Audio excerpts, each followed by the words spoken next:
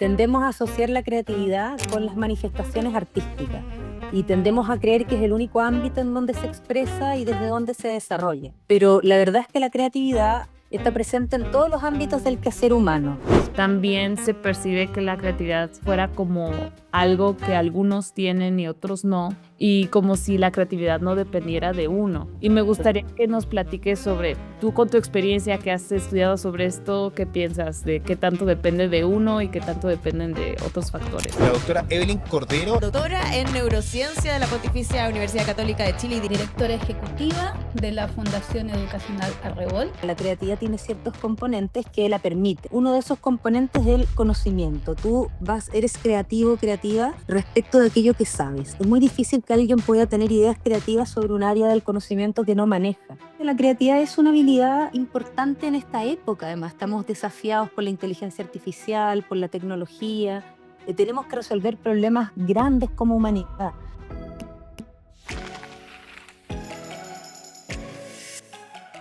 De verdad, muchas gracias por tu tiempo y bienvenida al podcast de Dato Útil, Evelyn. Muchas gracias, Raquel, por la invitación. El día de hoy me gustaría empezar desde lo más básico, que es la definición de la creatividad. Es un tema que muchas personas lo perciben de diferente manera, pero con tu experiencia me gustaría que nos definieras qué es.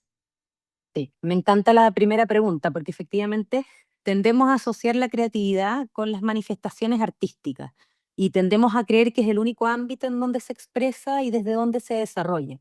Pero la verdad es que la creatividad, si bien también está presente en el arte, ¿no? Está presente en todos los ámbitos del quehacer humano. La creatividad es una respuesta que tiene dos componentes, una respuesta a una necesidad o a un problema, en todos los ámbitos, ¿no? En la matemática, en la ciencia, en la cocina, en el arte también, por supuesto, y esos dos componentes son los que la definen. Por un lado, esa respuesta tiene novedad u originalidad, es decir, la reconocemos como algo que antes no habíamos visto, aunque generalmente también tienen, no siempre son 100% originales las respuestas, sino que a veces tienen alguna modificación y ya tienen componentes de originalidad o novedad.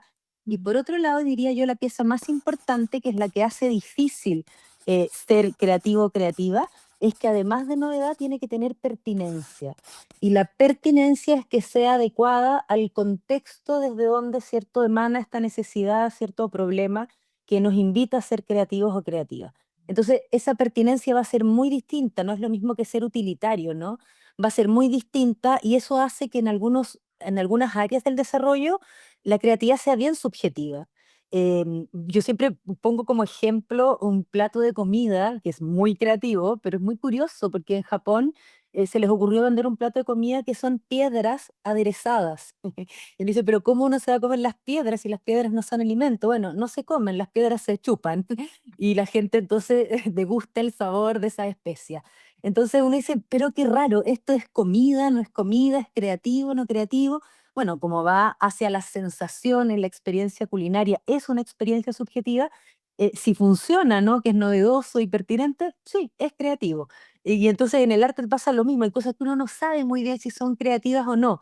Y hay otros ámbitos, como el ámbito de la innovación, que tiene que ver más bien con respuestas bien concretas a problemas bien tangibles.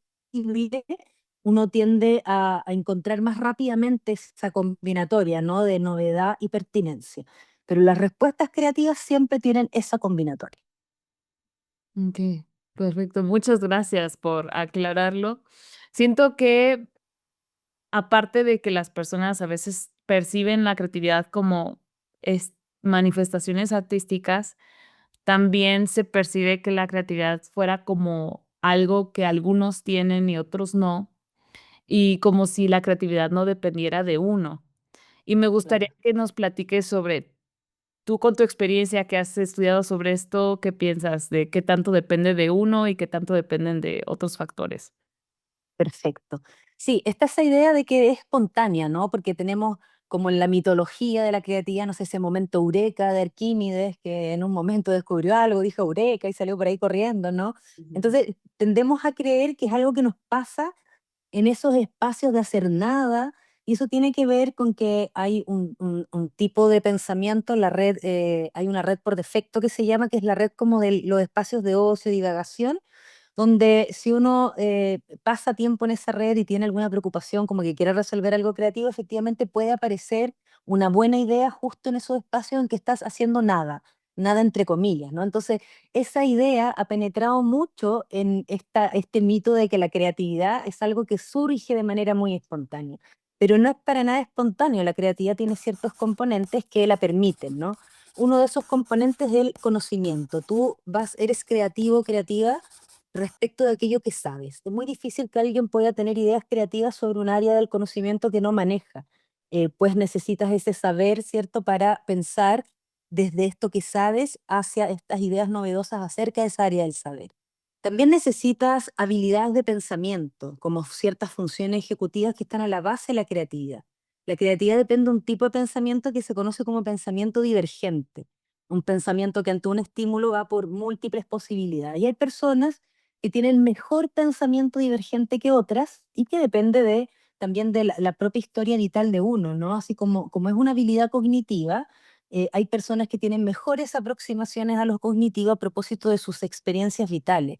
O sea, si has tenido más experiencias con lo creativo, te han invitado, no sé, a cocinar, te han invitado a dibujar, te han leído muchos libros, has tenido la oportunidad de expresar este pensamiento divergente con tu familia o en espacios escolares, en fin, por supuesto que probablemente vas a tener mejores habilidades para ser creativo o creativa, pero necesitas también ese conocimiento y también necesitas motivación. Porque enfrentar una tarea, un desafío de creatividad puede tener mucha frustración.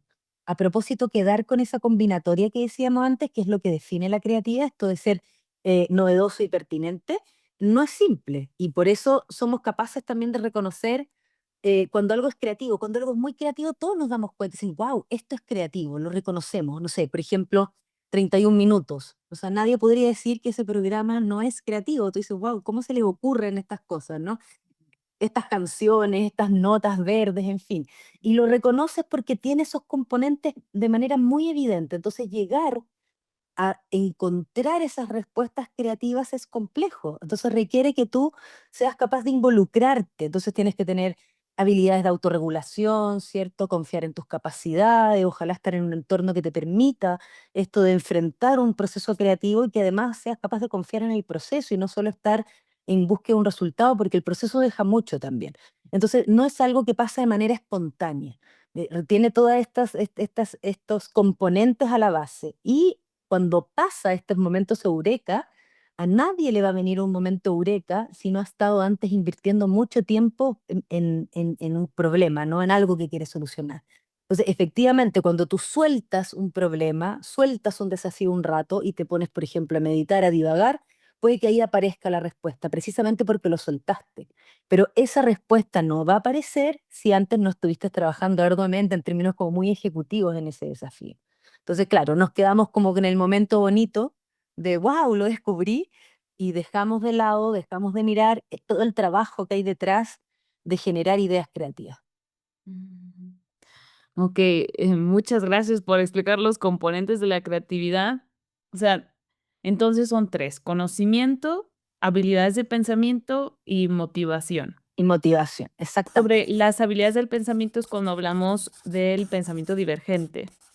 Y me acuerdo que en la charla que vi que diste en Congreso Futuro, hablaste de la flexibilidad cognitiva y control inhibitorios. No sé si Sí, esto está dentro de habilidades de pensamiento o si está en sí. otra sección. No, está dentro de habilidades de pensamiento. Las habilidades de pensamiento son estos recursos cognitivos que tenemos para desarrollar una tarea y llegar al objetivo, cumplir el objetivo. Y de las más relevantes son las funciones ejecutivas.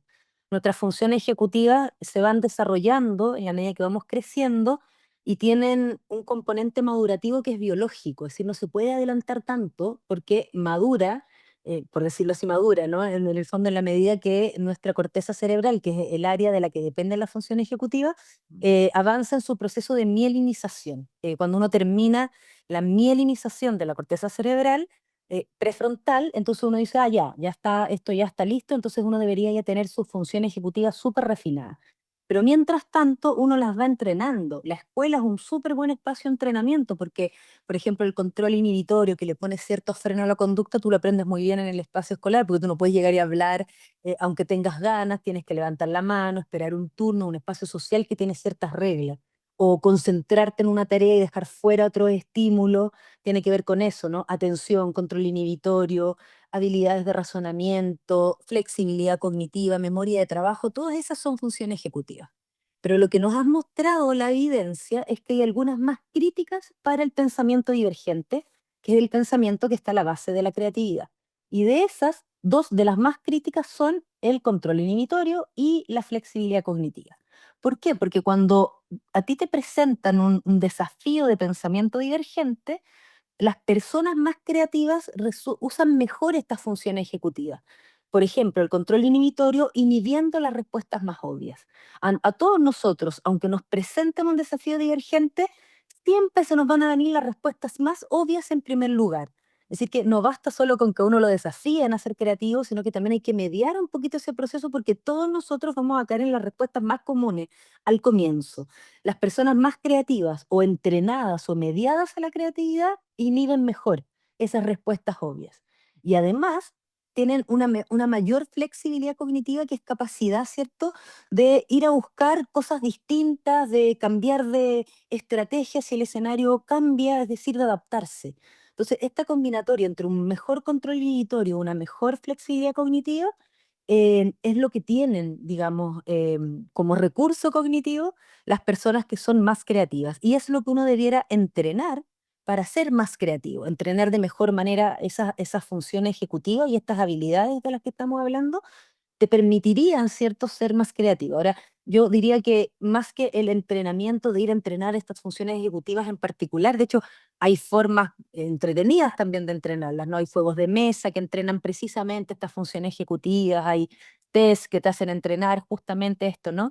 Diría que el llamado, por decirlo así, sería más interesante que tratáramos de poner a prueba permanentemente el pensamiento divergente. Diría que si más estimulamos el pensamiento divergente, de todas maneras vamos a estar entrenando función ejecutiva, pero me parece que es interesante hacerlo en el contexto y no convertir la creatividad en un entrenamiento como vacío, ¿no? Como de voy a entrenar estas funciones ejecutivas sin un propósito, que es muy distinto que voy a proponerte desafíos que estimulen este pensamiento divergente, donde vas a entrenar lo mismo, pero con un contexto, un propósito claro, etcétera. Diría que no recomendaría tanto entrenar como función ejecutiva, sino más bien someterse a uno mismo o esperar que otros nos desafíen, ¿cierto?, a ser creativos a través de este pensamiento. Ok, ok. Y respecto a este pensamiento divergente, ¿qué acciones en específico se pueden hacer para desarrollar este tipo de pensamiento o entrenarlo? Es súper importante, por ejemplo, en la educación, sería súper importante que se abriera espacio al pensamiento divergente. Se ha evaluado en el mundo a través de PISA cómo los estudiantes responden a problemas de creatividad. Y son problemas que no tienen una respuesta única. Son situaciones problemáticas que hacen que las personas tengan que evaluar distintos caminos y quedarse con uno. Y eso es precisamente lo que hacemos cuando se nos estimula el pensamiento divergente. Y yo, al menos en mi experiencia, no sé en la tuya, tuve muy pocos desafíos de ese tipo en la escuela. En general, todo era de pensamiento convergente. Siempre se buscaba una respuesta única, que es además la respuesta correcta. Entonces, si queremos personas más creativas, tenemos que equilibrar mejor las demandas hacia el pensamiento convergente y abrir más espacios al pensamiento divergente que está un poquito abandonado. Entonces, me pasa que diría que no recomendaría eso de entrenarlo, pero sí recomendaría que, por ejemplo, en los espacios formativos, educativos y también en las familias, pudiéramos invitar a las personas a ese pensamiento. Y son desafíos donde no sabes cuál va a ser el final, sea, no sabes cuál es la respuesta final. Y pueden haber respuestas más comunes a esos desafíos que se van a acercar más a lo menos creativo y más alejadas de lo común que se acercarían más a lo más creativo y siempre y cuando tengamos esta combinatoria de cierta originalidad y pertinencia, porque a veces puede haber respuestas como muy alejadas de lo posible y eso ya tal vez caería en la no pertinencia y no tendríamos una respuesta creativa. Entonces diría que ojalá la educación tomara conciencia de esto y desafiara más a las y los estudiantes con estos problemas, ¿cierto? O requerimientos que no tienen el camino previamente trazado, es decir, que lo podamos descubrir conjuntamente y que también en las casas podamos hacer eso con los niños, con las niñas y con nosotros mismos. Nosotros mismos también nos podemos desafiar a pensar en problemas, en ideas donde no tengamos esa respuesta única, ¿cierto? O correcta o posible previamente resuelta. De esa manera se estimula el pensamiento divergente. Okey. Y, algunos ejemplos, por ejemplo, de este tipo de cosas que podrían fomentarse en el hogar, o sea, estoy pensando como qué cosas podría ayudar, para que, por ejemplo, Ah, uno con niños diga: "Bueno, yo quiero fomentar que mi niño tenga más este pensamiento divergente, súper. ¿qué actividades puedo hacer?", o no sé. Por ejemplo, puedes leerles un libro y luego pedirle que invente tres desenlaces diferentes. Tú no sabes antes cuáles van a ser esos desenlaces diferentes. La persona a la que estás desafiando tampoco lo sabe porque tiene que inventarlas. Entonces ahí estamos proponiéndole una idea de pensamiento divergente, que es distinto a decir, cuéntame cómo termina el libro, que es lo que suele ocurrir cuando uno le hace leer un libro y luego le evalúan el libro o te hacen repetir de qué se trataba el libro. En cambio, te fijas, entonces si yo en vez de que me repita el libro, le digo que haga algo diferente con ese texto, bueno, ahí empiezo a estimular el pensamiento divergente. O tener un ingrediente e invitar a niños y a niñas a inventar recetas y probar, y tal vez van a salir buenas, tal vez no tanto, pero no seguir una receta al pie de la letra, sino crear recetas nuevas. ¿Te fijas que siempre cuando pensamos en pensamiento divergente sabemos cómo lo vamos a estimular, pero no sabemos cómo va a terminar? A mí se me podrían ocurrir tres desenlaces para una historia completamente distintos de otro niño, otra niña u otra persona. Entonces, eso es lo lindo del pensamiento divergente, que puedes tener muchas propuestas diferentes, todas viables, y para eso tienes que permitirlo, en el fondo. El problema es que no se permite mucho. Inventar juegos. Una de las mejores maneras de estimular también la creatividad en la infancia es el juego libre. En el juego libre, los niños y las niñas tienen que crear un juego, crear las reglas, ponerse de acuerdo, tener interacciones con otros, ¿no? Que les van a permitir definitivamente que aparezca este pensamiento divergente. Y nosotros estamos bien acostumbrados a pautear también los juegos, a guiarlo, ¿no? El juego guiado y a dejar poco espacio para el juego libre. Y sabemos que el juego libre es de las cosas que más aprendizaje conlleva, ¿no? Aprendizaje de todo tipo y sobre todo social. Entonces también eso es un espacio, ¿no? Y lo otro es permitir que las personas se aburran, sobre todo niños, niñas, jóvenes. El ocio es muy importante para la creatividad, porque cuando te aburres, te aparecen ideas para romper ese aburrimiento, ¿no? Si tú no tienes espacios de ocio, es muy difícil que puedas divagar, que puedas pensar, que se te puedan ocurrir cosas, ¿no? Y el problema de hoy en día nosotros pasamos la mitad del tiempo entre el pensamiento más ejecutivo y el pensamiento de esta red por defecto, que esta que, no, que se nos deja llevar y vamos y divagamos por ahí. Pero el problema es que cada vez tenemos menos espacio de ocio, pero tenemos como una fobia a no hacer nada. Cuando tú nunca haces nada, cuando estás en esa red por defecto, en esos momentos de divagación, tu cerebro está súper activo, solo que está activo de una manera diferente de cuando estás con el control ejecutivo de tus recursos cognitivos. Entonces, eso de permitir también no hacer nada y ver qué pasa es muy importante para la creatividad. De hecho, esos momentos eureka que hablábamos antes, que la gente piensa, gracias a esos momentos eureka, que la creatividad es una cosa muy espontánea, se dan en esos espacios de ocio donde estamos en esa red que llamamos red por defecto, esta red como de que dejas que tu pensamiento divague y tú puedes agregarle un poquito de control ejecutivo a eso y también guiarlo un poquito, que es lo que pasa, por ejemplo, con la meditación o la atención plena, ese tipo de cosas. Hay que permitir que uno tenga un poquito de ocio y en ese sentido a veces las pantallas tan disponibles están ocupando esos espacios de ocio y por eso es importante regular, ¿cierto? El acceso a las pantallas de manera de que no absorban ni los momentos de interacción con otros, ni los momentos de juego, ni los momentos de ocio. Y lo otro que dice la evidencia, que a mí me parece un dato súper relevante, es que una manera de ser más creativo o creativa es que estés en contacto con espacios y personas diferentes a ti, es decir, la interdisciplina. Esto de ir a ver qué están haciendo otros que están trabajando en un área diferente a la tuya. contactarse con esas personas, y eso uno lo puede hacer a través de talleres en la escuela, ¿cierto? Donde ya no estás solo con tus compañeros o compañeras de curso, sino que estás con otros que comparten y tienen otros intereses. O las personas adultas, que no nos quedemos solo en nuestro ámbito de interés y que vamos y somos capaces de explorar otras áreas y sobre todo conversar con otras personas que tienen otros conocimientos. Eso nutre mucho la creatividad, porque en el fondo eso te abre la mente, ¿no? De temas que eventualmente tal vez no tenías considerado al hablar con otros que saben otras cosas distintas a las tuyas. Hay evidencias de eso, hay estudios que demuestran que cuando tienes muchas interacciones con personas de otros ámbitos y de otros conocimientos, puedes ser más creativo. Qué interesante, ¿no?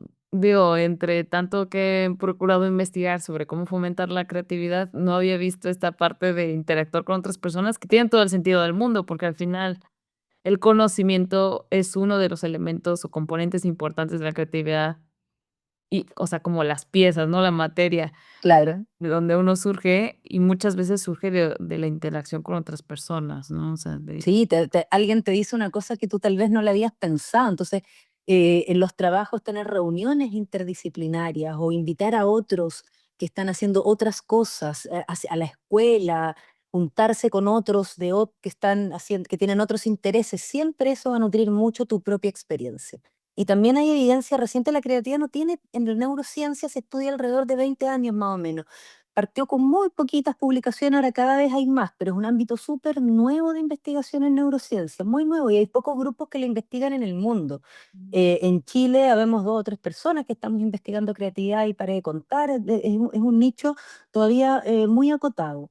Pero ya sabemos ciertas cosas importantes acerca de la creatividad pues, hace poco han salido estudios que muestran que también se puede ser más y mejor en la creatividad cuando se trabaja en conjunto, cuando las ideas, estas que se tienen que resolver, se resuelven con otros. Eso también me parece que es interesante porque es como una invitación a lo colectivo, ¿no? A generar como ecosistemas de la creatividad o de la innovación y enfrentar los desafíos, ¿cierto?, que nos presenta este mundo nuevo, tecnologizado, en conjunto. Así que me parece bonito también esas miradas de lo que está mostrándonos la investigación en este ámbito. Ujú. Y sobre todo la importancia que tiene la creatividad, como dices, que afecta mucho a varias áreas de la vida, no solamente la parte artística, que de hecho una frase que me llamó la atención que comentaste también en el congreso era que la educación es un derecho habilitante porque te permite ejercer otros y tiene mucho que ver con esta parte de la creatividad, ¿no? O sea, porque al final la creatividad si se involucra dentro de esta educación, es que se generan más conexiones, o uno puede, pues, aprender mejor, o cosas Por así. supuesto, por supuesto, no hay ni un documento, yo siempre señalo eso, como en la política pública, y esto es transversal a todos los países, ¿no? Donde no se mencione que el desarrollo de la creatividad es importante en los espacios educativos. Sin embargo, cuando hacemos este recorrido, uno piensa, ¿cuántas veces a mí me desafiaron a que pensara de manera divergente? Dice, casi nunca, ¿no? El 98% del tiempo estábamos en el pensamiento convergente y tratando de dar estas respuestas únicas correctas en estas pruebas, qué sé yo. Entonces, efectivamente, la creatividad es una habilidad importante en esta época. Además, estamos desafiados por la inteligencia artificial, por la tecnología. Tenemos que resolver problemas grandes como humanidad.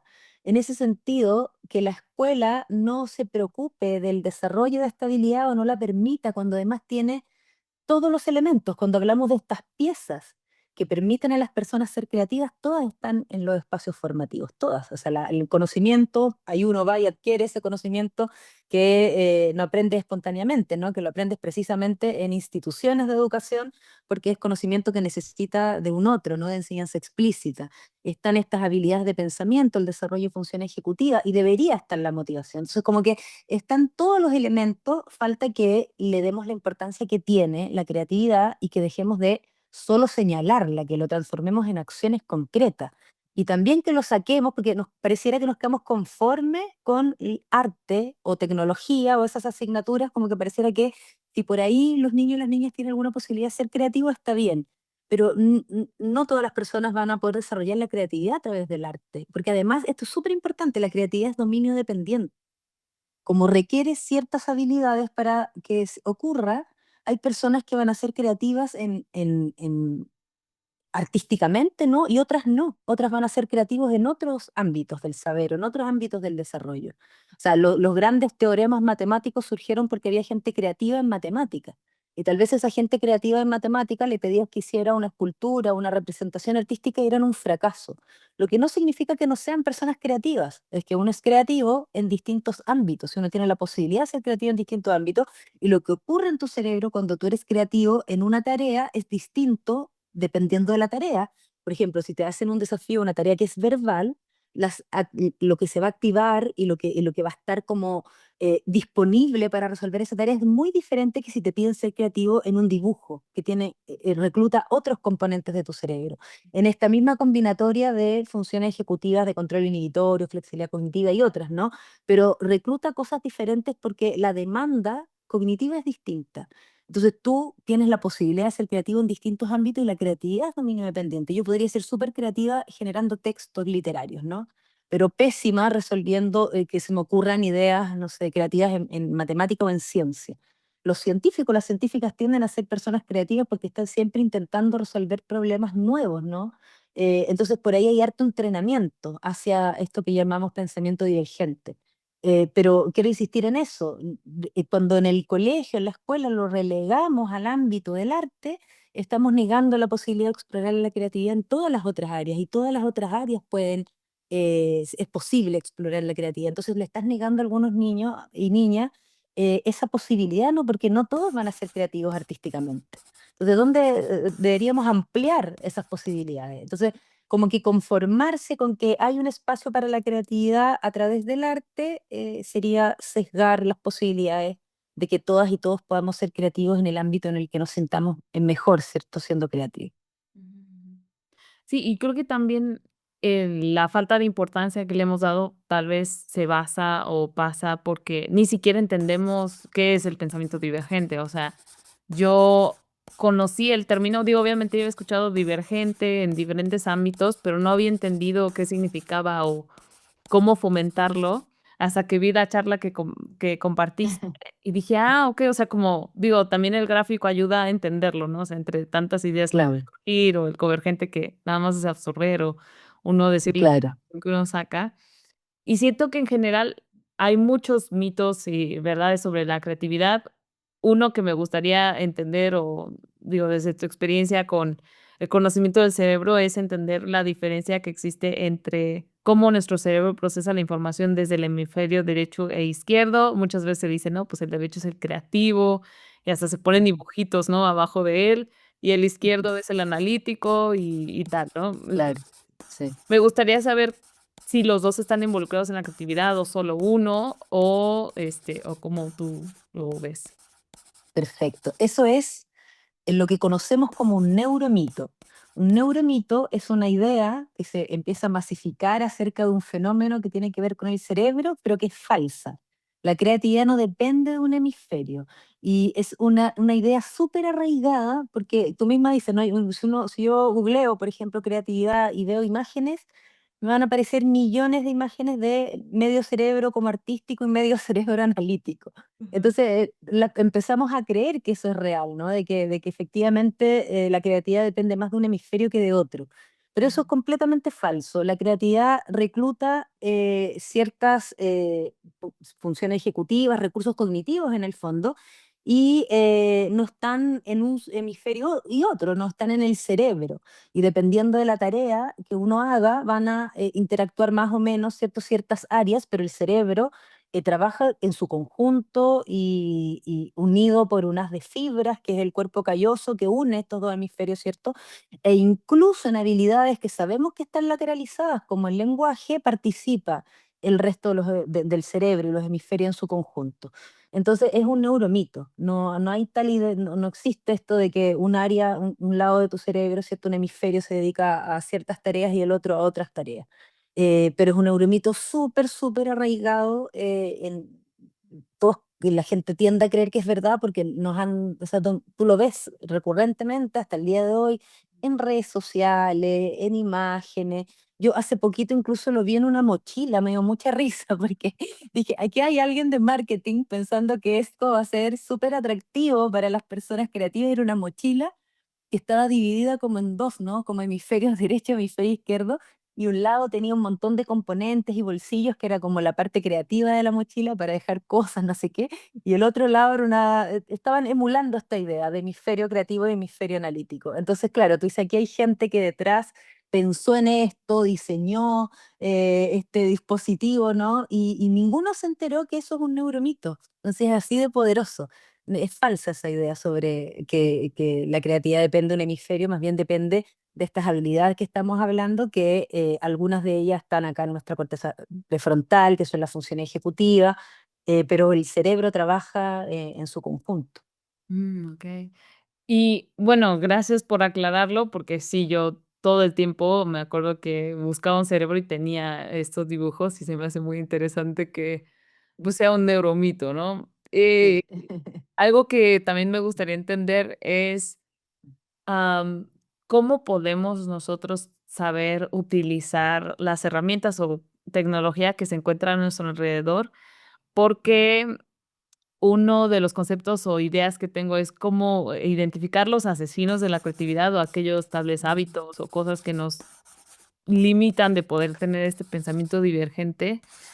Y en específico, ahorita me gustaría profundizar un poco más respecto a la inteligencia artificial, porque apenas estaba viendo un video de una persona que explicaba el proceso que uno tiene cuando está aprendiendo algo, y que primero es como conocer la información y luego procesarla y ya recordarla y mantenerla, ¿no? Digo, obviamente es muy Mm. simplificado mi Sí. explicación, pero él explicaba que cuando involucramos mucho a la inteligencia artificial en este proceso, la inteligencia artificial a veces como que se salta o hace que Mm. nos saltemos el proceso de analizar la información y nosotros mismos como retenerlo, mantenerla. Y con esto quiero compartir Mm. un poco de mi experiencia. O sea, yo cuando conocí la inteligencia artificial, fui de esas personas que lo usaba como para todo. Y cuando empecé a, pues, conocer un poco más sobre la parte tal vez negativa de utilizarla mucho, empecé como a ser un poco más consciente, por ejemplo, en la parte de la escritura. Yo siento que Mm. escribir para mí es una de las habilidades que más me han costado, porque siento que emocionalmente me drena, o sea, así. Entonces, luego me he dado cuenta que no quería sentarme a escribir, pero después era como, no, voy a empezar a escribir y lo hacía y tal. Pero con la inteligencia artificial lo que llegué a hacer era, investigo yo, saco algunas ideas y se las meto y ya que él me los acomode, o sea, era como que mi idea, ¿no? Y ahorita, aunque sí en algunos procesos lo llego a involucrar, sí que ahorita soy más consciente de, quiero sacar la información, o sea, yo no buscar las fuentes por la inteligencia artificial, sino yo procurar hacer como mi investigación análoga, o sea, lo más normal posible. Mm. Y yo tratar de organizarla, o sea, yo decir, bueno, ¿qué de esto que sé hay una laguna que no sé qué a qué se refiere con esto o así? Y ya yo mismo lo investigo, y ya después de que ya lo escribí, aunque sí me cuesta y es en cierta manera como doloroso, diría yo, o sea, como que ponerme ahí a escribir, ya de ahí se lo paso a la inteligencia artificial para que me ayude a corrección, o tal vez dije algo que no era exactamente correcto o algo así, okey, bueno, Mm. detalles, pero lo empecé a hacer a partir de que aprendí esto, o sea, de que realmente tú no retienes la información si no pasas por este proceso de análisis. Y digo, tú que conoces mucho mejor el cerebro que yo, ¿cómo podrías ayudarnos a saber cómo podemos tener una buena relación con la inteligencia artificial? ¿Qué tanto realmente puede afectar a la creatividad y qué debemos de tomar en cuenta?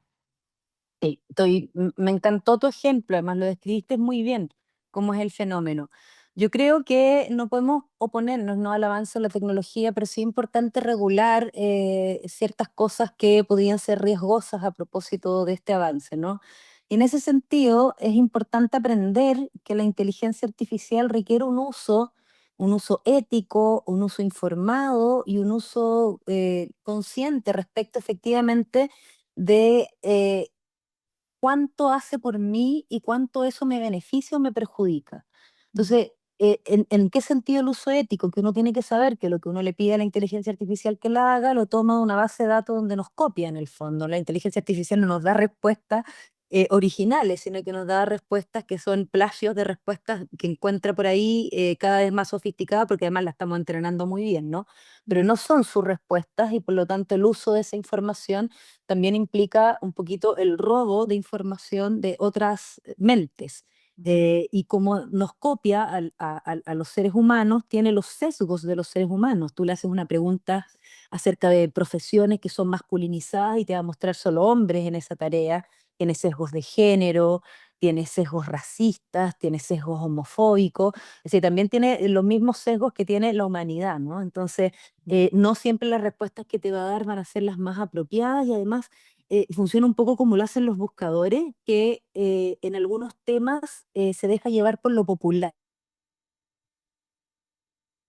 El hemisferio creativo, el hemisferio analítico te va a dar eso y no va a cuestionar que es una información falsa.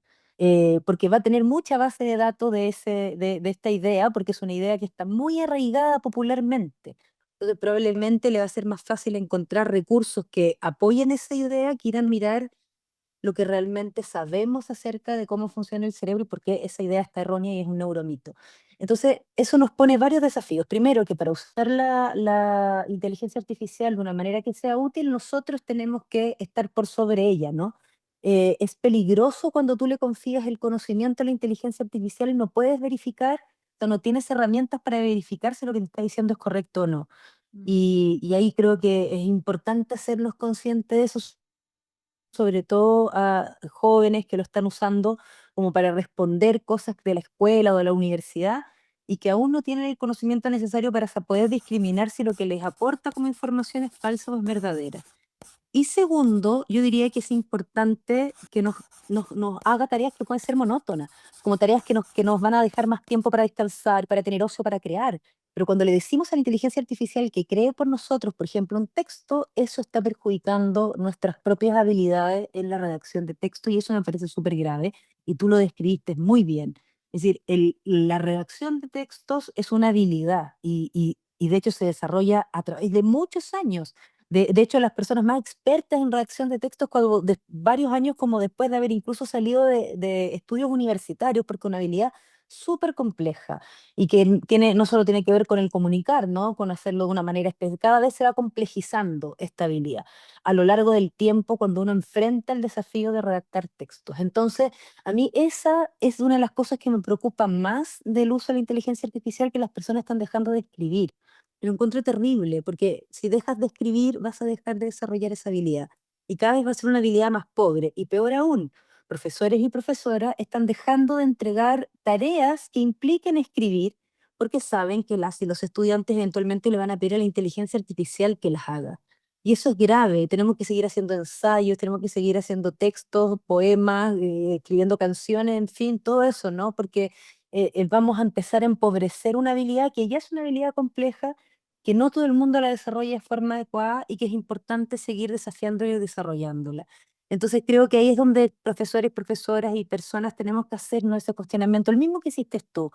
¿Quiero desarrollar esta habilidad o quiero dejársela a la inteligencia artificial? Y bueno, qué bueno que te hiciste esa reflexión y que sigues desafiándote en términos de escritura, porque efectivamente una habilidad de orden superior súper relevante para la vida, no se la podemos dar a la inteligencia artificial, porque además ni siquiera está creando, no está copiando. Entonces ahí es donde tenemos esos como límites éticos y límites como de autocuidado, diría yo.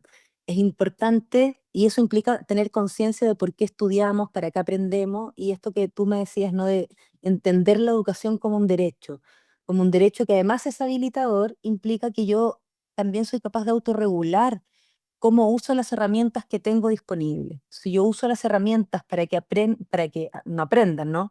Pero dejo de aprender por usar herramientas, es muy grave que eso ocurra. Entonces, en personas más adultas que van a poder autorregular mejor eso y decir, no, yo no quiero que la inteligencia artificial cree textos, que me puede corregir la ortografía o me puede hacer sugerencias de gramática, eso está perfecto, ¿no? Pero no creo que elabore ideas por mí. Eso en los niños más pequeños o jóvenes son los profesores los que tienen que ayudarlos con esa regulación, de manera de buscar desafío, no dejar de desafiarlos con la escritura. A mí me parece que es grave cuando los profesores dicen, tenemos que empezar a generar tareas que soslayen la inteligencia artificial, ojo con eso, porque podría ser que empecemos a retroceder Ujú. en términos de habilidades que desarrollamos por querer sobrepasar, o sea, no dejar todo en manos de la inteligencia artificial, pero eso depende más bien de cómo entendemos el avance de la tecnología y cómo nos comprometemos con nuestro propio aprendizaje, nuestra propia búsqueda del conocimiento. Entonces creo que hacen falta esas conversaciones, hace falta esas reflexiones para que efectivamente no dejemos de trabajar estas habilidades que son súper relevantes y podamos cuestionar, ¿cierto?, cómo usamos. A mí me sirve también. Yo uso la inteligencia artificial en todas esas tareas monótonas que antes tenía que hacer, como invertir tiempo en ellas, ¿no? Pero al igual que tú, yo no permito que escriba por mí, no permito que piense por mí, no permito que genere ideas por mí. Esos son procesos que yo cuido y que me parece que todas y todos debemos cuidar porque es lo que me hace, ¿cierto?, ser mejor en ello.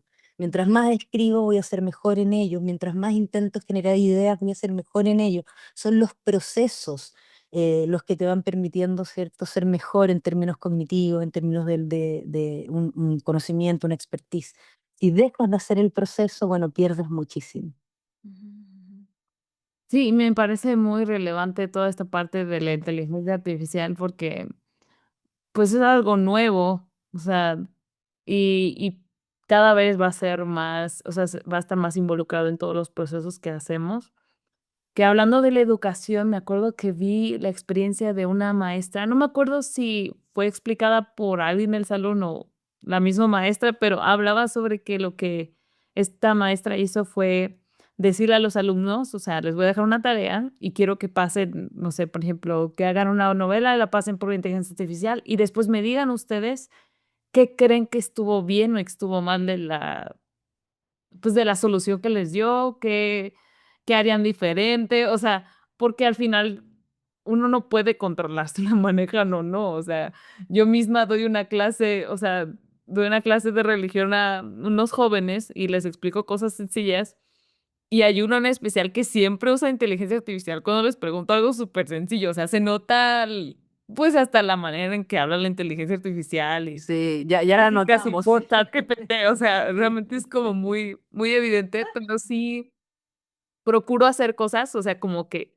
sí o sí tienes que tú, o sea, que tú analizarlo, o sea, preguntar. No lo había pensado como el pensamiento divergente, pero sí, tal vez maneras de que se pueda involucrar, porque yo misma cuando he hecho textos o cosas así, me doy cuenta de que o son incorrectos porque ya estudié del tema y ya sé que el dato que me está dando ahí es incorrecto.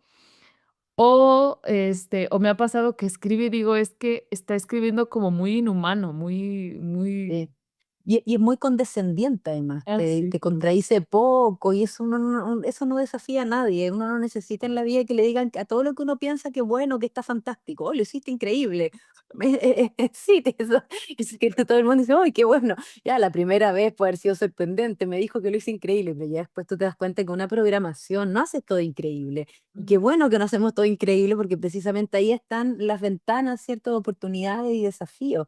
ujú, Entonces, ese ejemplo que tú diste era el ejemplo que yo también estaba pensando, que lo había leído también, de que los estudiantes trabajen en sus propios textos, por ejemplo, y que luego le pidan a la inteligencia artificial opiniones, que contrasten. Hay muchas maneras de usar la inteligencia artificial de manera que ayude al proceso de aprendizaje, pero lo que no deberíamos hacer es dejar de que las y los estudiantes enfrenten desafíos que puede hacer la inteligencia artificial, porque aunque la inteligencia artificial pueda hacerlo, somos nosotros los que tenemos que entrenar esas habilidades. Entonces creo que por ahí está como ese límite, hay que tener cuidado de por evitarnos la inteligencia artificial, no hacer preguntas, no abrir debates.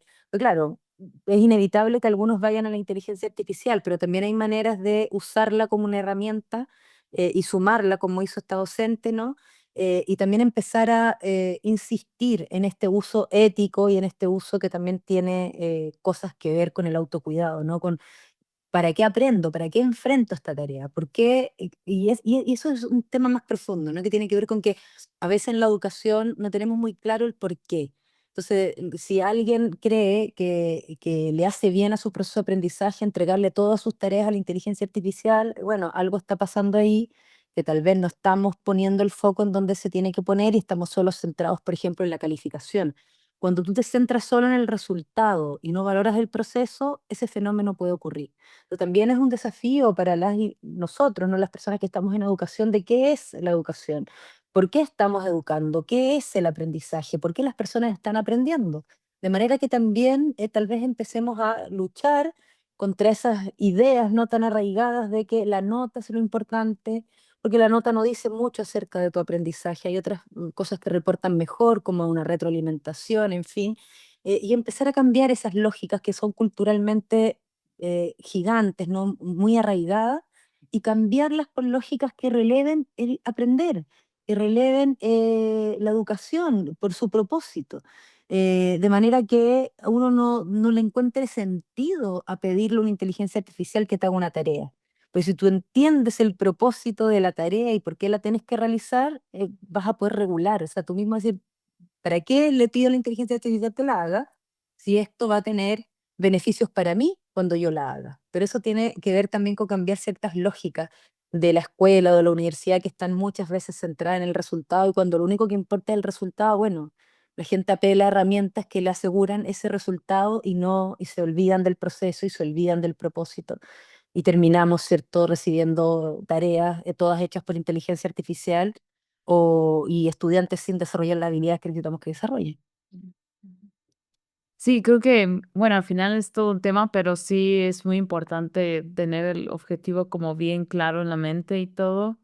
Y algo que también me gustaría tocar respecto a los posibles asesinos de la creatividad es el el mal uso, o no sé si decir uso, pero los niveles de dopamina que tenemos ahorita por la inmediatez de las cosas, o sea, por ejemplo, de la atención en el teléfono, o sea, tenemos tanto contenido muy rápido que ya no tenemos retención y que a veces eso puede impedir en la creatividad, o al menos como yo lo percibo, pero ¿cómo tú podrías hablar sobre cómo podemos tal vez, conocer cómo es el proceso de la dopamina en el cerebro? Porque al final no es algo malo, pero pero hay que Claro. tener un equilibrio, o sea, entender la dopamina y de ahí, ¿cómo podemos identificar, qué podemos hacer?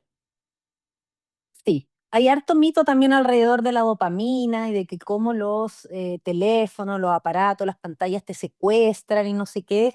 Y no es tan así. La verdad es que el circuito dopaminérgico, el circuito de recompensa, y media la mayoría de nuestras acciones, las conductas que llamamos como automotivadas, y que tienen que ver con nuestra supervivencia, la alimentación, el abrigo, la búsqueda de pareja, todo eso está mediado por el circuito de recompensa, que es el circuito dopaminérgico. Y esa dopamina, dependiendo del área en el que está, porque las proyecciones dopaminérgicas nacen de un área que se llama área tegmental ventral y llegan a distintas áreas del cerebro. Llegan a un área, por ejemplo, que se llama sustancia nigra, que controla el movimiento. Entonces, por ejemplo, las personas que tienen Parkinson tienen ahí apoptosis neuronal, muerte de neuronas, que son dopaminérgicas, pero que tienen esa función específica. Entonces, la dopamina no está en todas, depende de dónde está, ¿cierto?, de hacer las funciones que ejerce. Y en la corteza prefrontal, junto con otras aminas, como la serotonina, etcétera, regulan ciertas conductas que tienen que ver con la planificación, la atención y sobre todo la motivación. La dopamina se conoce como el neurotransmisor de la motivación, que quiere decir que nos hace repetir una conducta o hacer lo necesario para obtener una recompensa. Entonces, no necesariamente está vinculada al placer, sino a lo que haces para obtener esa recompensa que eventualmente es placentera. En el teléfono, ¿qué pasa? Que si algo te da placer, por ejemplo, te gustan los memes, Ujú. entonces te pasas scrolleando hasta que te aparece un meme que te gusta, y cuando te aparece, ah, qué rico, ya, eso es reconfortante. Entonces te puedes mantener cada vez más tiempo en el teléfono buscando esas dosis de recompensa. Pero eso ocurre en una serie de otros ámbitos también. Es decir, la dopamina media, muchas de nuestras conductas, incluido el aprendizaje. O sea, cuando nosotros estamos interesados por aprender, lo que sentimos es curiosidad. Y la curiosidad es, diríamos, como el algoritmo del aprendizaje. La curiosidad es la motivación intrínseca por aprender. ese deseo de uno por el conocimiento, eso que tú lees algo y dices, wow, qué interesante, y vas y buscas información, investigas, eso es curiosidad. Y todo ese camino que tú haces, ¿cierto? Eso está mediado por la dopamina, por el circuito de recompensa. Y la recompensa, la curiosidad, es el nuevo conocimiento, la nueva información. Entonces, la dopamina no es mala ni buena per se, y a veces se nos dice que hay mucha confusión respecto a esto, que las pantallas son nocivas o que parecen una droga o que te han quitado la atención, y no va por ahí, porque cuando estás en una tarea, por ejemplo, estar viendo, scrolleando el computador, una cosa súper inmersiva y súper poco demandante en términos ejecutivos. Entonces, no es que eso se robe toda tu atención o cambie tus circuitos de atención, sino que cuando tienes que poner tus funciones ejecutivas, toda tu cognición al servicio de una tarea que es más compleja, eso es más difícil de hacer. Entonces requiere más habilidades de tu parte, requiere que sepas prestar atención, requiere que se regule qué está pasando con tu carga cognitiva, en fin. Entonces, lo que suele pasar con esta idea de la dopamina, o que nos han querido señalar que todo está mal respecto a las tecnologías, hay que ponerle cierto freno, porque lo que dice la evidencia es que las pantallas, por ejemplo, utilizadas con propósitos educativos, y esos son pantallas de todo tipo, videojuegos, el computador, la tablet, el teléfono, etcétera, y la televisión incluso también, son beneficiosas para el aprendizaje.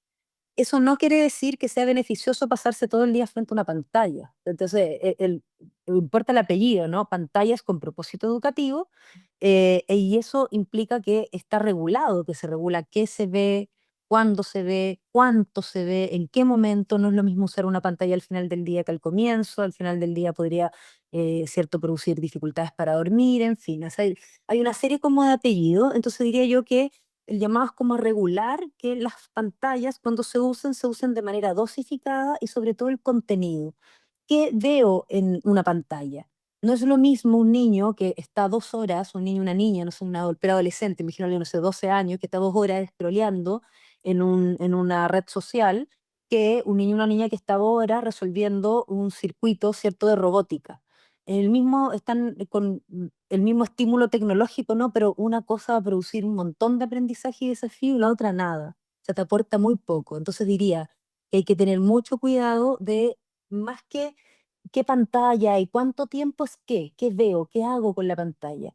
Porque cuando tiene propósitos educativos puede desarrollar la creatividad, el conocimiento, el pensamiento crítico, etcétera. Yo diría que lo que están haciendo los países que se han tomado en serio este tema, que es regular el acceso a redes sociales, porque las redes sociales no aportan mucho, ¿no? Más bien, por ejemplo, en TikTok, hay estudios que dicen que el 90% de la información que está en TikTok es falsa. O sea, todas estas ideas de que estamos hablando, que son neuromitos, ideas falsas, precisamente se divulgan en esas plataformas.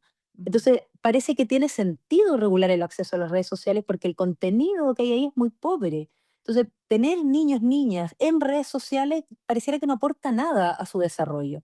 Yo estoy súper de acuerdo con eso, pero no estoy de acuerdo con prohibir todas las pantallas a los niños y las niñas, porque están en un mundo tecnológico, y la pantalla en un programa de robótica va a ser súper poderosa, ¿no? Para enseñarle cosas y desafiarlos en ese sentido. O una pantalla que de arte, ¿no? Que te permite dibujar o pintar, una tablet con la que puedes hacer dibujos, ¿cierto? O un videojuego, y videojuegos que contribuyen mucho al aprendizaje. Hay de todo, ¿no? También hay unos pésimos, pero bueno, hay que hacer esfuerzos por preocuparse de qué es lo que hacemos frente a una pantalla, y sacar como estas ideas de que siempre que la dopamina es como que nos va a saturar o es tóxica, porque en verdad está mediando casi todas nuestras acciones día a día. Y efectivamente hay cosas que van a favorecer el aprendizaje y otras que no. Yo estoy súper a favor de regular el acceso a redes sociales, ojalá mientras más se retrase mejor, posterior a los 13 y 15 años, lo que están haciendo algunos países. En ese sentido me parece súper bien, porque eso también saca del hombro de profesores y padres, sobre todo, la responsabilidad de esa regulación, porque vemos que no está funcionando y que los papás no están siendo capaces de regular ese acceso. Y son tan malas las políticas de regulación que tienes Instagram hasta de perros, ¿no? O sea, no hay políticas buenas de regulación. Y poner esa responsabilidad en esas empresas para que si les toca el bolsillo, que es lo que están haciendo esos países como Australia y otros, bueno, entonces van a poner la regulación de verdad, va a ser en serio. Y nosotros mirar ¿Qué es lo que se usa una pantalla y cuándo? En la primera infancia, ojalá nada.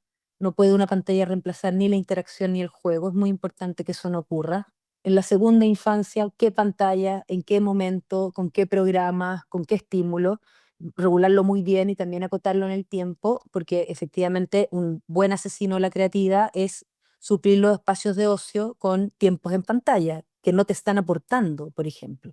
Por eso es importante el qué, ¿no? El poder mirar cómo se usa y con qué tipo de contenido. Y en la adolescencia se ha visto incluso em, que puede ser beneficioso, sobre todo para las y los adolescentes, porque su vida social ocurre también un poco en esa interacción. Entonces ahí hay que regular tanto redes sociales como qué se usa y siempre acotada en el tiempo. Y hay recomendaciones para eso. Una hora desde tal edad, 8 años, como segunda infancia, no más de 2 horas en la adolescencia. El problema es que tenemos niños y niñas hoy en día 6 horas pegados en una pantalla y eso por supuesto que es súper perjudicial. No solo mata la creatividad, mata millones de cosas, ¿no? Mata la posibilidad de interaccionar con otros, mata la posibilidad de aprender de la interacción cara a cara, ¿no? De mirar las emociones, de tener mejores y más ricas interacciones, mata la posibilidad de tener tiempos de ocio, mata la posibilidad de aburrirse, se matan muchas cosas, ¿no? Pero diría, por lo tanto, que es importante ponerle contexto al uso de la tecnología. Ok, perfecto. Que ahorita, nada más para aclarar, ¿la primera infancia de qué edad a qué edad es? En general es de 0 a 6, 7 años, definimos como primera infancia. ¿Qué O es sea, este nada de periodo? pantallas idealmente en Idealmente, o sea, hasta los 2 años, nada. De hecho, hay estudios que han mostrado que puede perjudicar el oído, la vista, en fin. Nada hasta los 2 años, cero. De 2 a 4 años, prácticamente, ojalá nada, ¿no? Ojalá nada, porque a menos que haya algo que valga la pena ver, por ejemplo, un programa de televisión que tú, donde, no sé, se les enseña a pronunciar mejor, a hablar, o les invita a cantar, a moverse. ¿Te fijas? Entonces, no es la pantalla, sino el contenido. Entonces, si hay un contenido de calidad que vale la pena que un niño entre los 2 y los 6 años vea, a una niña, bueno, entonces eso es lo que se evalúa, el contenido y el dispositivo en donde ese contenido se ve. Pero lo que nosotros estamos viendo como fenómeno, como socialmente digo, no a través de un estudio y algo, que las pantallas se usan como chupetes emocionales, ¿no? Como el tete, como que entonces voy a un restaurante con un niño, una niña de 4 años, y en vez de que ese niño soporte la espera, soporte todo esto que pasa en un espacio así, le pongo una pantalla y abstrae su atención en eso, y entonces no tengo que lidiar con que tal vez le dé una pataleta o que no tenga ganas de esperar. Entonces nos estamos perdiendo la oportunidad de enseñar regulación emocional, de enseñar todo lo que nos hace luego personas que somos capaces de interactuar en estos espacios sociales. Ese sí es un gran problema, el uso. ¿Cómo lo uso? ¿Cuándo lo uso? ¿Y para qué lo uso? Entonces, si uso una pantalla que reemplaza la interacción parental, es grave, por supuesto. Pero si uso una pantalla en un momento específico, con un contenido específico que sé que puede ser un aporte, no solo es un aporte, favorece el aprendizaje. Entonces, te fijas que hay que ponerle como varios apellidos al uso de la pantalla para que realmente sea beneficiosa. Y lo que dice la evidencia es que es beneficiosa en esas condiciones, que son condiciones reguladas, sobre todo respecto al contenido de lo que se va a usar, ¿no es cierto?, en esa pantalla. Pero como vemos que lo estamos usando de otras formas, eso ha generado miedos, alarmas, mucho sensacionalismo, y yo creo que el miedo nunca es un buen consejero. Hay que tratar de mirar las evidencias actuales y sabemos que usadas en este contexto que te digo favorecen, y que lo que pareciera más problemático es el acceso a redes sociales. Entonces creo que por ahí deberían ir las instancias de regulación. Parece muy pobre, la verdad, tener a un niño, una niña, horas, ¿no?, viendo redes sociales. Las niñas, por ejemplo, tienden a comparar sus cuerpos, a tener problemas. En Chile hace poco hubo un estudio y las niñas tenían más ansiedad respecto a las redes sociales que los niños, y eso tiene que ver con que en la preadolescencia, adolescencia, y todo un tema, ¿no?, con cómo te desarrollas, cómo se ve tu cuerpo, y se empiezan a comparar. O tenemos estas niñitas haciendo tutoriales de maquillaje a los 5 años. Es una locura, realmente es una locura. Y lo otro que creo yo que es muy importante regular es el uso de los padres respecto de las infancias a través de redes sociales. Hay muchos padres exponiendo las vidas de sus hijos e hijas y eso también es una vulneración de derechos. Lo vemos todos los días y además un pésimo ejemplo, ¿no? De la huella digital, el autocuidado, etcétera. Y me parece que por ahí deberían ir las regulaciones, en esos dos ámbitos, ¿no? Redes sociales y parentalidad. Sí, sí, sí. Sí, la exposición a ellos y todo, que sí, es todo un tema, la verdad, últimamente Es también un tema, varios ante el parenting se llama. respecto y todo. Sí, yo hace poco vi una persona que parió en vivo, ¿no? Una transmisión en vivo de su parto.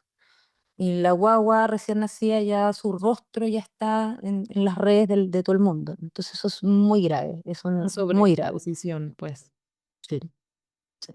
Sí, sí, sí. No, digo, la verdad es que, o sea, surgen tantos temas a partir de esto porque se percibe tan diferente lo de las pantallas y así, o sea, es no, aislarnos por completo, sino saber usar las herramientas de tal forma que sean un Sí. apoyo más que Exacto. algo que nos limite.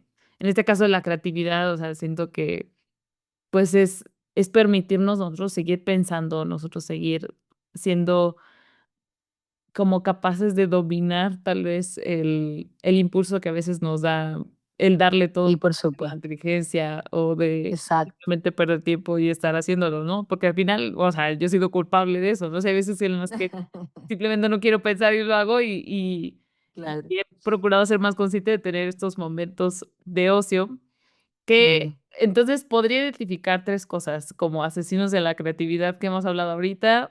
Uno es el usar la inteligencia artificial para que cree, en vez de que nos dé sugerencias. El Claro. uso de las pantallas, el mal uso de las pantallas, o sea, en exceso y también en malos momentos que no nos permitan aprender o crecer. Y contenido pobre, pobreza de Hay un contenido también, contenido eso. pobre, ¿no? Que al final, pues, Mm, es muy importante. Y mm. la otra es matar los momentos de ocio, o sea, matarlos con pantallas o con otras cosas, ¿no? Con lo que sea. El exceso de trabajo, estamos en una cultura como de producir, producir, hacer, hacer, hacer, y no, necesitamos detenernos, necesitamos descansar. Para ser creativos necesitamos dormir. Hay historias de personas que han ganado el premio Nobel y que le apareció en el sueño una respuesta a un experimento que están tratando de hacer. Dormir es muy importante para el aprendizaje, de hecho, la memoria se consolida cuando tú duermes. Y descansar es muy importante, no solo para la creatividad, para nosotros seres humanos. Entonces, claro, uno puede matar en los momentos de ocio por estar ocupando ese espacio en otra cosa menos importante, ¿no? Como estar en pantallas con contenido muy pobre Ujú. o también ocupando el tiempo que uno tiene en tareas, tareas, tareas. Eso también podría quitarnos esos espacios de ocio que son muy importantes. Hay como una poca valoración por no hacer nada, o por el juego, por el placer, ¿no? Por esto de tener espacios de gozo, de que no son necesariamente productivos, pero sí son, lo son. Lo que pasa es que no es una no es como un premio inmediato, ¿no? Pero jugar va a favorecer mucho tu cognición y tu capacidad, cierto aprendizaje hacia a largo plazo. O tener espacios de ocio y descanso, eso son apuestas como a futuro. Son espacios muy humanos por lo demás, pero claro, estamos en una cultura donde como que cuando eres improductivo, tal vez no eres tan apreciado como cuando estás todo el tiempo produciendo.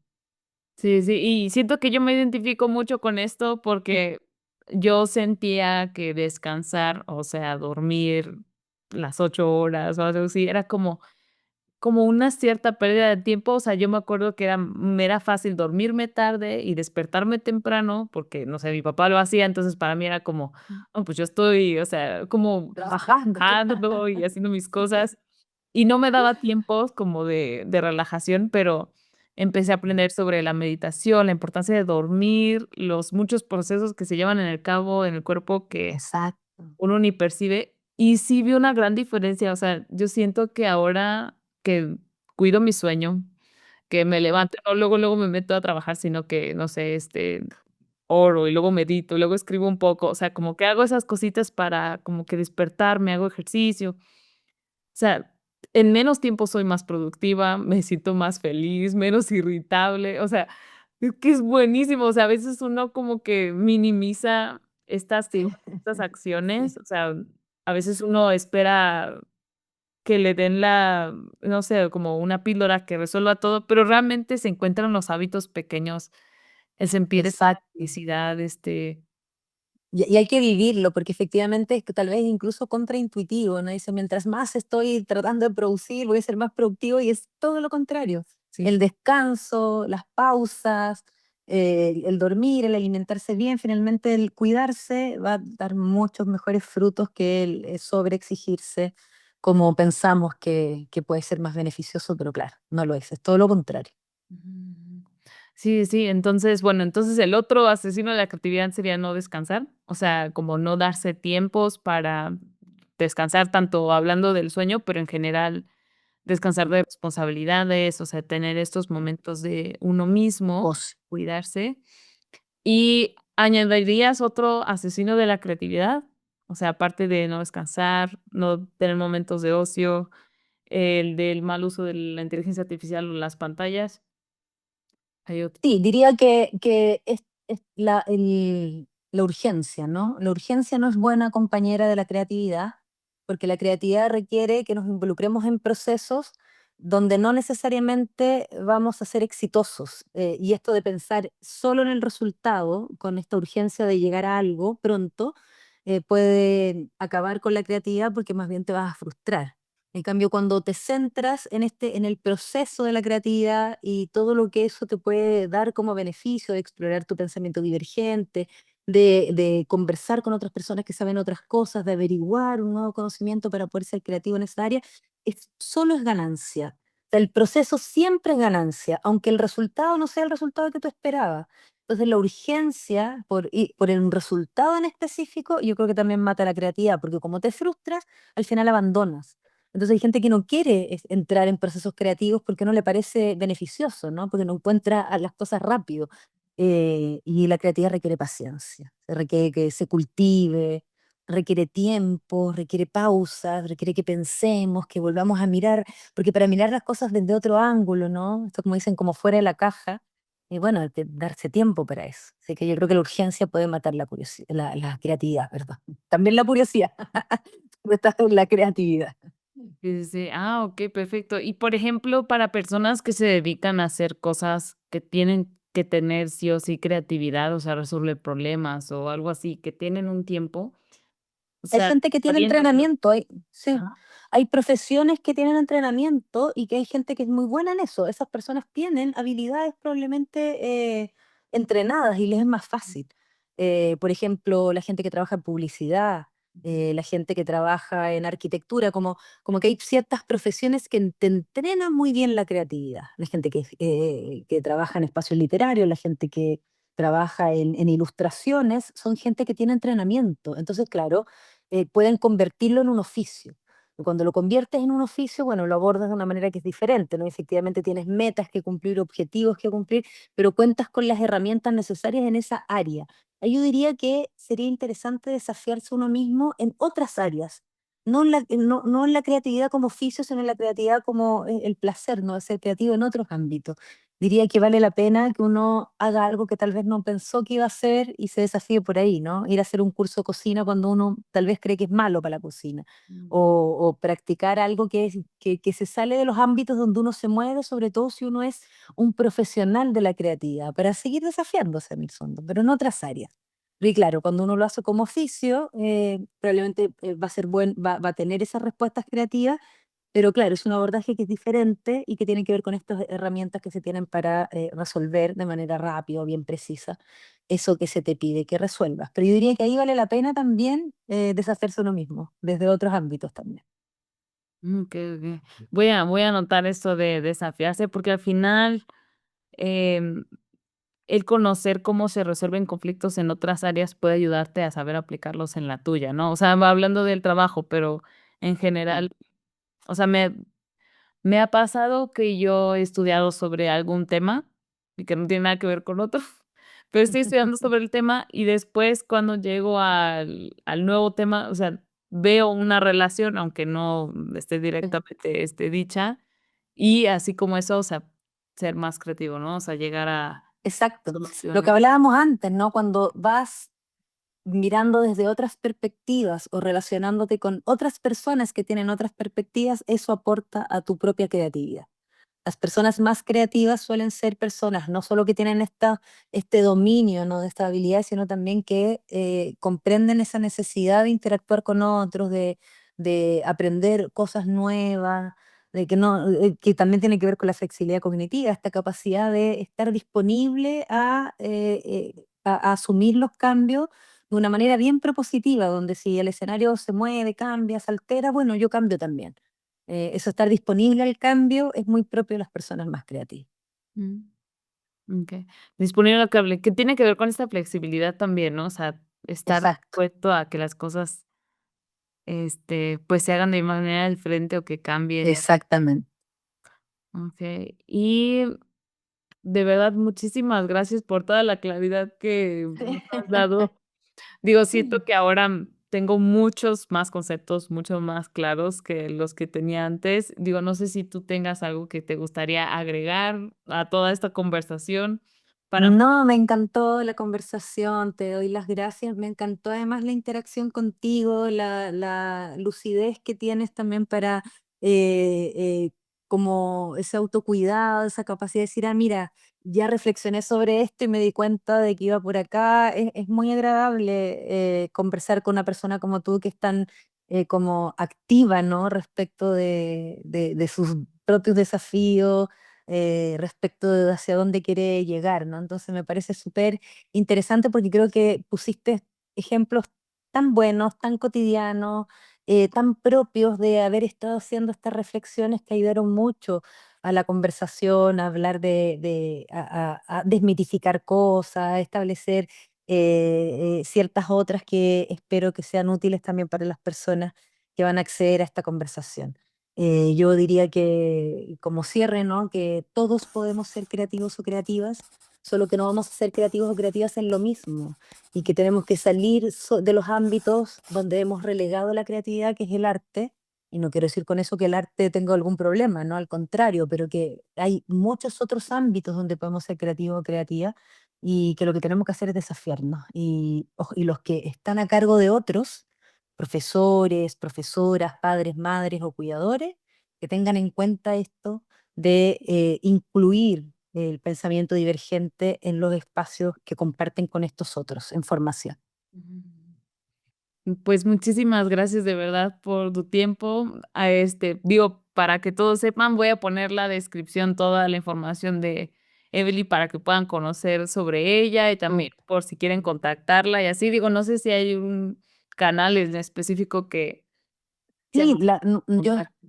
en Fundación Arrebol, yo soy directora ejecutiva de Fundación Arrebol y ahí nosotros hacemos mucha divulgación científica vinculada a educación y pronto vamos a tener, de hecho, un simposio de la creatividad que se puede ver por streaming, que va a ser el 15 de diciembre en Santiago de Chile. Es todo el día, viene una investigadora de Francia que habla precisamente de función ejecutiva, hay un montón de investigadores también en Chile que hacen vínculos entre neurociencia, creatividad, educación y otras personas del mundo de la cultura, así que es un espacio súper interesante para indagar o profundizar más en este tema desde estos ámbitos, ¿no? Ciencia, educación y cultura.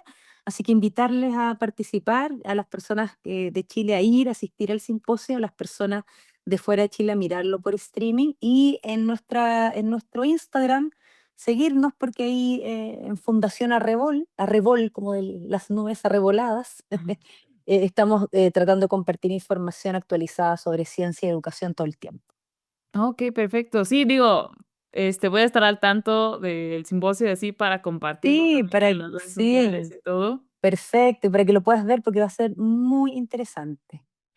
Digo, sí, de hecho, esta entrevista la estamos haciendo en noviembre, el mes que vamos a hablar de la creatividad es diciembre, pero Ah, maravilloso.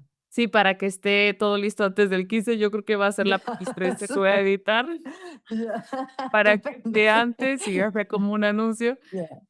Del Sí, porque 15 de diciembre. importante. Sí, sí, sí. Sí, es un evento gigante de investigadores e investigadoras exclusivamente sobre este tema, así que me parece que sería estupendo que estuviera antes precisamente para invitarles a las personas a mirarlo. Sí, claro. Y de verdad, muchísimas gracias por darte el tiempo de difundir un poco más de esto con nosotros. Yo sé que esto de la creatividad puede llevarnos a mejorar en muchas cosas, en nuestro propio trabajo, en resolver cosas o conflictos de nuestra vida y así. Entonces, este, pues sí, vamos a continuar creando y, y bueno, nos vemos en la próxima. Nos vemos, que estés muy bien. Un Bye. abrazo grande. Muchas Chao, gracias. chao. Chao.